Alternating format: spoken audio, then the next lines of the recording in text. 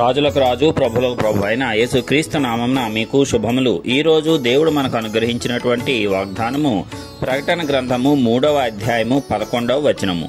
నేను త్వరగా వచ్చుచున్నాను, ఎవడునూ నీ కిరీటము అపహరింపకుండునట్లు నీకు కలిగిన దానిని గట్టిగా పట్టుకొనుము.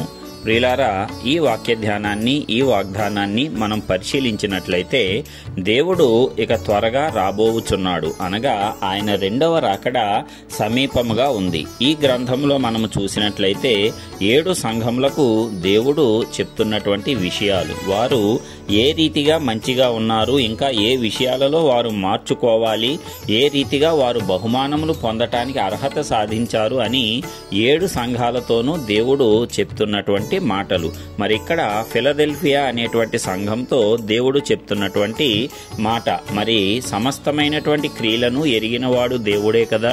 మరి ఈ సంఘానికి శక్తి కొంచెమై ఉన్నా సరే వాక్యాన్ని గైకొని ఆ నామాన్ని ఎరుగననలేదు అనేటువంటి సంఘంగా ఈ ఫిలదెల్ఫియా సంఘము మనకు సూచనగా ఉంది. అంటే సంఘము చిన్నదైనా సరే, సంఘానికి శక్తి చాలకపోయినా సరే దేవుణ్ణి ఎరగలేదు అనేటువంటి మాట మాత్రము వారి నోట రాలేదంట. ఎవరు ఎన్ని ప్రలోభాలు పెట్టినా మీరు ఈ సమృద్ధిని పొందుకోవాలంటే ఈ దేవుణ్ణి విడిచిపెట్టాలి అనేటువంటివి అనేకములు వినిపించినా సరే వారు అటువైపుగా వెళ్ళలేదు.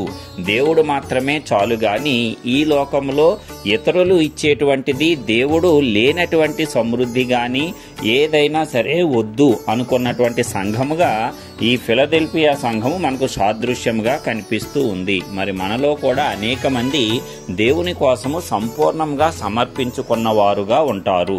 వారు ఎవరు ఎన్ని ప్రలోభములు పెట్టినా సరే దేవుణ్ణి విడిచిపెట్టడానికి ఇష్టపడని వారు. అలాంటి వారిని దేవుడే హెచ్చించుకుంటాడు, దేవుడే వారిని ప్రేమిస్తాడు. మరి ఇక్కడ మనం చూసినట్లయితే నీకు కలిగి ఉన్న దానిని నీవు గట్టిగా పట్టుకోమని చెప్తున్నాడు.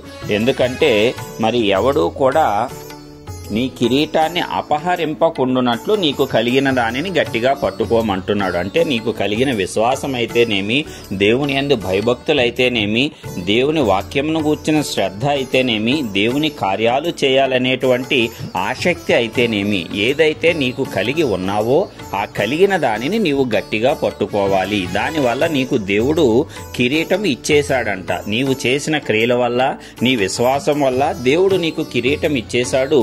నీకు కలిగిన దానిని గనక నీవు గట్టిగా పట్టుకున్నట్లయితే ఆ కిరీటము ఎవడూ కూడా నీ యొద్ద నుంచి అపహరింపలేడు. అనగా దేవుడిచ్చినటువంటి ఆశీర్వాదము ఎవడూ నీ యొద్ద నుంచి దొంగిలించకూడదు. అంటే దేవునిని గూర్చి నీవు ఏమి కలిగి ఉన్నావో దానిని గట్టిగా దృఢముగా పట్టుకొని ఉండాలి. దాని నుంచి నీవు సడలిపోకూడదు. ఆ విశ్వాసంలో నుంచి నీవు తొలగిపోకూడదు. ఆ నిరీక్షణను నీవు రద్దుపరచకూడదు. ఆ రీతిగా దేవుని యందు నీవు నిరీక్షణ కలిగి, విశ్వాసము కలిగి, భయభక్తులు కలిగి ముందుకు కొనసాగినట్లయితే దేవుడిచ్చినటువంటి కిరీటాన్ని తుదమట్టుకు కాపాడుకున్నవాడవవుతావు. అప్పుడు దేవుని రాజ్యంలో ఇంకా శాశ్వతమైన బహుమానములు నీవు పొందుకోగలవు. కాబట్టి ప్రియులారా, మనము కూడా ఈ వాగ్దానాన్ని అనుసరించి ధైర్యం తెచ్చుకుందాము.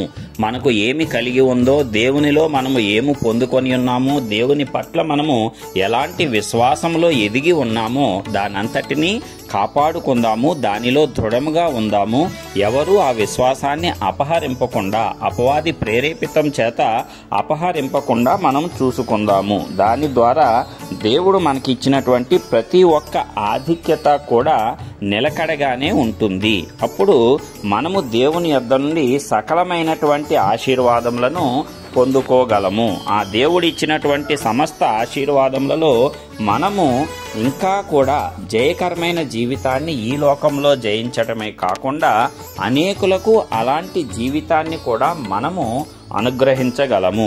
దాని ద్వారా అనేకులను మనం బలపరచగలము. మన జీవితాన్ని చూసి అనేకులు దేవుని మార్గంలోనికి రావటం కూడా మనము చూడగలము. దేవుని చేత వారు కూడా ఆశీర్వదింపబడి వారు కూడా దేవుడిచ్చేటువంటి బహుమానములు, కిరీటములు పొందుకునేలాగున మనము కూడా వారిని నడిపించగలము. మరి ఇలాంటి గొప్ప ధన్యత, ఆధిక్యత దేవుడు మనకు ఇచ్చాడు. మరి మనము ఒక సంఘముగా, దేవుని బిడ్డలుగా మనకు కలిగి ఉన్న దానిని గట్టిగా పట్టుకొనుచు, ఇంకా విశ్వాసంలో ఎదుగుచు, దేవుడు ఇచ్చేటువంటి మరిన్ని బహుమానములు పొందుకొనుచు, మనకు దేవుడు ఇచ్చేసిన దానిని కాపాడుకుంటూ ముందుకు సాగటానికి మరి ఆ పరిశుద్ధాత్మ దేవుడు మన అందరి ఎడల కృపను విస్తరింపజేసి మనము నిత్యత్వంలో నడిచేటువంటి పర్యంతము కూడా మనకు కావలిగా ఉండి మనకు దేవుని నుంచి వచ్చిన సమస్త ఆశీర్వాదములు పొందుకునేటట్లు ఆ నజరేయుడైన యేసు మనకు ధైర్యమును, నిబ్బరము కలిగిన మనస్సును ఇవ్వాలని ప్రభువు పేరట ప్రార్థించుచున్నాను. ఆమేన్.